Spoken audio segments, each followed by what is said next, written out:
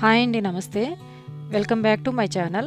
ఈరోజు వీడియోలో చక్రాలతో చాట్ ఎలా చేయాలో తెలుసుకుందాం. దీనికోసం ముందుగా ఒక కప్పు చక్రాలు తీసుకోండి.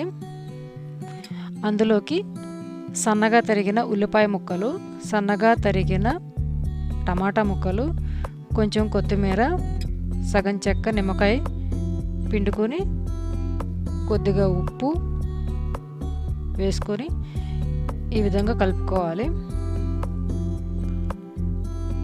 తర్వాత పెరుగు తీసుకొని ఈ విధంగా కలిపిన మిశ్రమంలో పైన స్ప్రింకిల్ చేసుకోవాలి. తర్వాత కారం, కొత్తిమీరతో గార్నిష్ చేసుకోవాలి. అంతేనండి, చాట్ రెడీ అయినట్టే.